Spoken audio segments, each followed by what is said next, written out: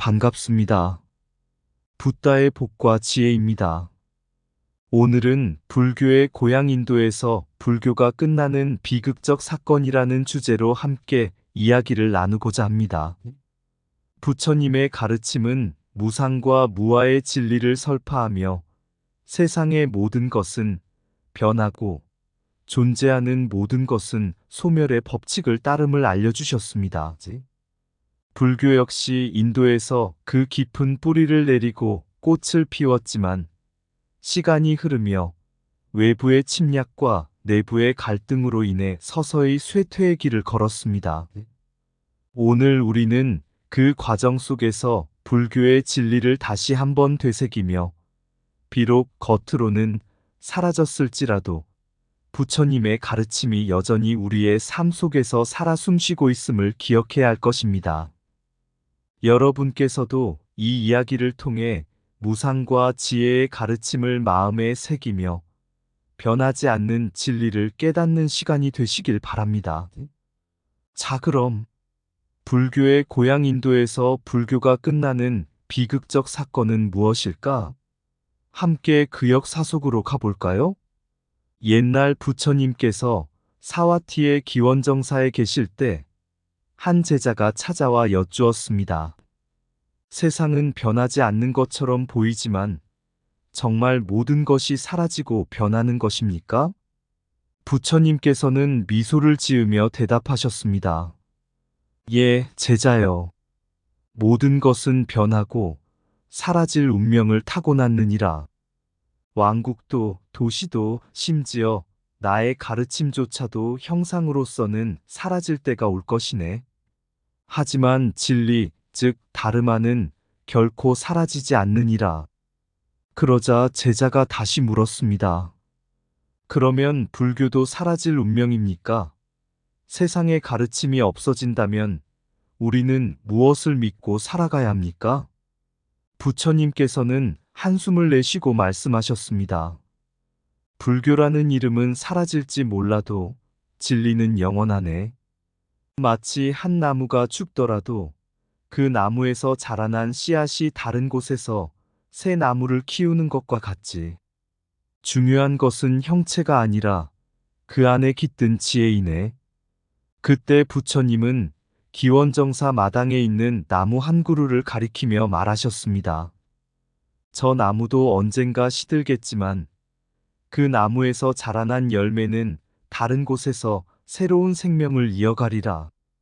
인도의 불교가 사라질 때가 올지라도 다른 곳에서 불법은 다시 피어날 것이니 걱정하지 말거라. 다르마는 모든 곳에 존재하며 그것을 따르는 자는 어디서든 지혜를 얻을 것이니라. 옛날 부처님께서 사와티의 기원정사에서 가르침을 전하고 계실 때 제자들이 서로 논쟁을 벌이는 모습을 보고 부처님께서 그들을 불러 모으셨습니다. 제자들은 각자 자신의 가르침이 옳다고 주장하며 서로를 비난하고 있었습니다. 부처님은 잠시 침묵하시다가 그들에게 한 가지 이야기를 들려주셨습니다. 어느 마을에 많은 장님들이 살고 있었느니라. 그들은 코끼리라는 동물을 한 번도 본 적이 없었기에 어느 날 마을에 코끼리가 나타나자 각자 코끼리의 일부를 만져보고 그것이 무엇인지 설명하려 했지. 한 장님은 코끼리의 다리를 만지고 말하였네. 코끼리는 커다란 기둥 같구나. 또 다른 장님은 코끼리의 꼬리를 만지며 아니다. 코끼리는 긴 밧줄과 같네. 라고 하였고, 또 다른 이는 코끼리의 몸통을 만지며 코끼리는 커다란 벽 같구나. 라고 말하였지. 그들은 각자가 느낀 것만을 진리라 믿으며 서로를 비난하기 시작하였네. 부처님께서는 제자들을 바라보시며 계속 말씀하셨습니다. 제자들이여, 진리는 이와 같느니라. 각자가 자신의 한정된 경험으로 진리를 설명하려 하면 갈등이 생기고 서로의 이해가 다름을 깨닫지 못하면 다툼이 벌어지느니라. 그럼에도 불구하고 진리는 한결같이 그 자리에 있으며 그것을 깨닫는 이는 다툼을 멈추고 하나가 될 수 있느니라. 부처님의 이 말씀은 불교가 시간이 지나면서 여러 학파로 나뉘어 내적 갈등을 겪게 된 상황을 비유한 것이었습니다. 인도 불교는 초기에는 하나의 가르침을 중심으로 통합되었으나 시간이 흐르면서 각기 다른 해석과 교리 차이로 인해 여러 학파가 생겨났고 그들은 종종 서로를 비판하고 대립하게 되었습니다. 이로 인해 불교의 내적 쇠퇴가 서서히 시작되었습니다. 그러나 부처님은 외부의 위협 또한 경고하셨습니다. 우리가 내부에서 다투고 갈라진다면 외부에서 다가오는 위협에 취약해질 수밖에 없느니라. 한 나무는 단단한 뿌리로 땅에 깊이 박혀 있으면 외부의 폭풍에도 꿋꿋이 견디지만 뿌리가 약해지면 작은 바람에도 쓰러질 수밖에 없지. 이처럼 인도 불교는 내부의 분열로 인해 힘을 잃어가고 있을 때 외부에서 오는 정치적 혼란과 침략에 제대로 대응할 수 없었습니다. 6세기 이후 중동과 실크로드 지역의 이슬람 세력의 침입이 시작되었고 불교는 점차 그들의 영향력 아래에서 쇠퇴해 갔습니다. 부처님의 가르침이 약해진 불교 공동체를 다시 일깨워야 했지만 갈등과 분열은 그것을 가로막았던 것입니다. 부처님은 마침내 이렇게 말씀하셨습니다. 진리는 하나이며 서로를 존중하고 화합할 때에만 진리의 빛을 이어갈 수 있느니라. 나의 가르침은 갈등 속에선 사라지지만 평화와 자비 속에선 영원히 빛나리라. 진리는 하나이나 이를 해석하는 마음이 갈라지면 다툼이 생기느니라. 내면의 갈등은 외부의 폭풍을 견딜 수 있는 힘을 잃게 하느니라. 서로 다른 길을 걷더라도 진리는 모두에게 같은 빛을 비추느니라. 자신의 이해만을 고집하면 진리의 전부를 보지 못하느니라. 화합 없는 진리는 뿌리 없는 나무와 같아 폭풍에 쉽게 쓰러지느니라. 다툼 속에선 지혜의 씨앗이 자라지 않고 오직 자비와 화합 속에서만 꽃을 피우리라. 내적 분열은 외부의 위협 앞에서 우리를 무너뜨리는 첫걸음이 되느니라. 참된 진리는 서로를 존중하고 이해할 때 그 빛을 발하느니라. 무지와 편견은 진리로부터 멀어지게 하며 자비와 깨달음만이 진리로 이끄느니라. 내면의 조화는 외부의 적 앞에서 가장 강력한 방패가 되느니라. 내부에서 다투는 자는 외부의 위협을 인식하지 못하느니라. 자신의 견해만이 옳다고 여길 때 진리의 전체를 놓치게 되느니라. 진리를 향한 길은 하나이나 그 길을 걷는 마음가짐이 다르면 서로를 이해하지 못하느니라. 갈등은 진리를 왜곡하고 화합은 진리를 정화하느니라. 자비의 마음은 어떤 외부의 위협도 극복할 수 있는 힘이 되느니라. 옛날 부처님께서 제자들과 함께 여행을 하시던 중 어느 마을에 이르렀습니다. 그곳에서 부처님은 마을 사람들로부터 이야기를 들었습니다. 한때 그 마을은 번창했지만 이제는 가난과 분열로 인해 쇠퇴하고 있다는 것이었습니다. 마을 사람들은 서로를 믿지 않고 각자가 가진 것만을 지키려는 마음에 빠져 살고 있었습니다. 마을의 지도자가 부처님께 물었습니다. 세상이 변하고 사람들이 서로를 배척하며 갈등을 벌일 때 우리는 어떻게 해야 합니까? 우리 마을은 더 이상 예전의 번영을 누리지 못하고 있습니다. 이것이 우리의 운명입니까? 부처님께서는 미소를 지으시며 대답하셨습니다. 마을이 번영할 때는 모두가 서로를 신뢰하고 하나의 목적을 위해 힘을 모았느니라. 그러나 그 번영은 영원하지 않으며 끊임없이 변화하는 법이니라. 번영이 있을 때에는 겸손하게 나눔을 실천하고 쇠퇴가 찾아올 때에는 지혜를 모아 이를 극복해야 하느니라. 부처님은 제자들에게 또 다른 이야기를 들려주셨습니다. 한때 강을 따라 자라던 아름다운 나무들이 있었느니라. 그 나무들은 물이 풍부할 때는 푸르고 건강하게 자라났으나 가뭄이 찾아오자 물을 차지하기 위해 뿌리들이 서로 얽히고 싸우기 시작하였네. 그 결과 나무들은 점점 힘을 잃고 결국 모두 말라 죽고 말았지.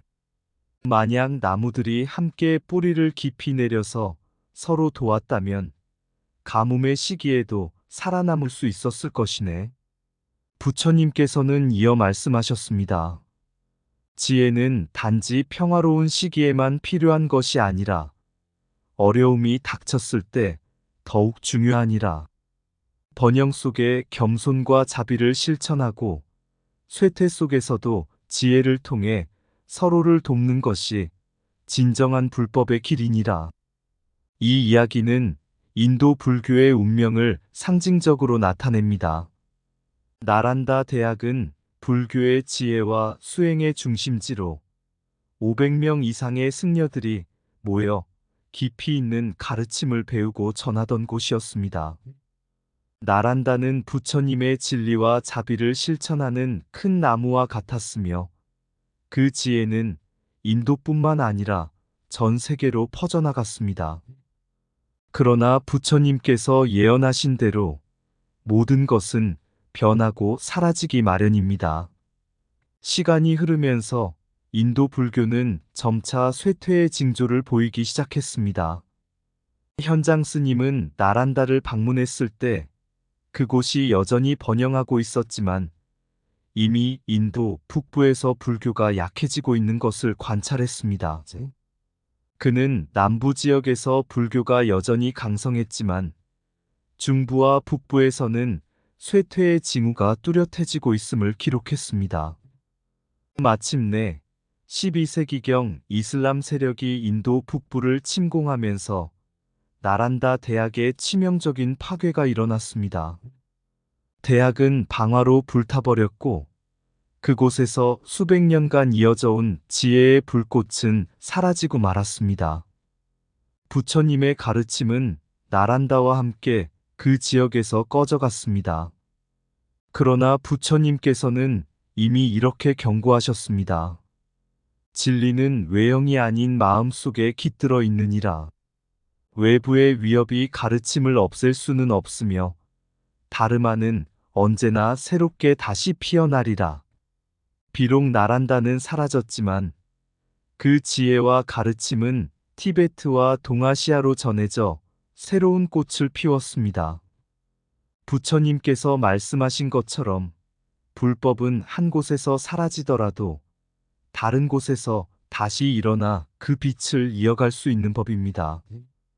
모든 것은 변하나 진리는 영원히 마음속에 깃드느니라. 번영 속에서 교만하지 않고 쇠퇴 속에서 진리를 잃지 말라. 불법은 외형이 아닌 마음에 존재하니 외부의 위협에도 결코 사라지지 않느니라. 지혜를 나누면 그 빛은 꺼지지 않고 더 멀리 퍼지느니라. 겸손과 자비가 있을 때 공동체는 어려움을 이겨내고 새로이 피어나리라. 화염 속에서 지혜의 집이 무너지더라도 진리의 불꽃은 결코 사라지지 않느니라. 외부의 침략은 진리를 파괴할 수 없고 오직 마음속의 어둠만이 그것을 잃게 하느니라. 지혜는 번영 속에서 피어나지만 시련 속에서 더욱 단단해지느니라. 내면에 진리가 있다면 세상 그 무엇도 그 빛을 가릴 수 없느니라. 어려움 속에서도 지혜를 실천하는 자, 그는 결코 무너지지 않으리라. 화합과 자비의 마음은 모든 쇠퇴 속에서도 지혜의 씨앗을 피어나게 하느니라. 한때 불타버린 나무도 뿌리 깊은 진리로 다시 새싹을 틔우리라. 지식은 사라질 수 있으나 진리는 마음속에서 영원히 빛나느니라. 내면의 자비와 지혜가 있다면 그 어떤 위협도 두려울 것이 없느니라. 진리는 수없이 변하는 세상 속에서도 굳건히 서 있느니라. 옛날 부처님께서 아직 이 세상에 머무르실 때 그분은 제자들과 함께 산을 오르시며 말씀하셨습니다. 여러분은 눈앞에 보이는 이 산이 어떠한 모습으로 존재하는지 알고 있습니까? 제자들은 산을 바라보며 대답했습니다. 스승님, 이 산은 거대하고 바위와 나무들로 가득합니다. 그 모습이 선명히 보입니다. 부처님은 고개를 끄덕이며 미소 지으셨습니다. 그렇습니다. 하지만 이 산도 언젠가는 비와 바람에 씻기고 서서히 사라지며 그 자리에 흔적조차 남지 않을 것입니다. 그러나 우리가 그 안에서 배운 진리는 변하지 않고 남아 새로운 세대에게 이어질 것입니다. 이 이야기는 12세기 인도 북부에서 벌어진 불교의 마지막 순간을 떠올리게 합니다. 이슬람이 인도로 침공해 들어오면서 그들은 자신들의 교리인 우상 배격 사상을 철저히 따랐습니다. 이들은 불상을 신성한 존재로 보지 않고 오히려 그것을 우상 숭배로 여겼습니다. 불교 사원들이 있는 곳마다 불상들이 파괴되었고 사원들은 불타고 그 안에 담긴 지혜의 기록들이 사라졌습니다. 그러나 부처님은 이미 이런 날이 올 것을 알고 계셨습니다. 그분은 말씀하셨습니다. 진정한 불법은 형상이 아니니라. 형상이 사라진다 해도 그 가르침은 마음속에 남아야 하느니라. 불교는 한때 인도 전역에 번성했습니다. 특히 나란다 대학과 같은 학문적 중심지는 500명 이상의 승려들이 모여 배우고 가르침을 전하던 곳이었습니다. 나란다의 학장 비말라 신라는 그 마지막 불꽃을 지키기 위해 티베트로 망명했습니다. 그는 불법이 인도에서 사라지고 있었지만 그 가르침을 다른 곳으로 옮겨 이어가리라는 믿음을 가지고 있었습니다. 비말라 신라는 티베트에 도착한 후 많은 승려들과 학자들을 만나 부처님의 가르침을 전하며 인도에서의 마지막 흔적을 남기고자 했습니다. 그가 떠난 후에도 티베트에서 불교는 번성했고 인도에서 사라져버린 많은 경전들이 티베트에서 보존되었습니다.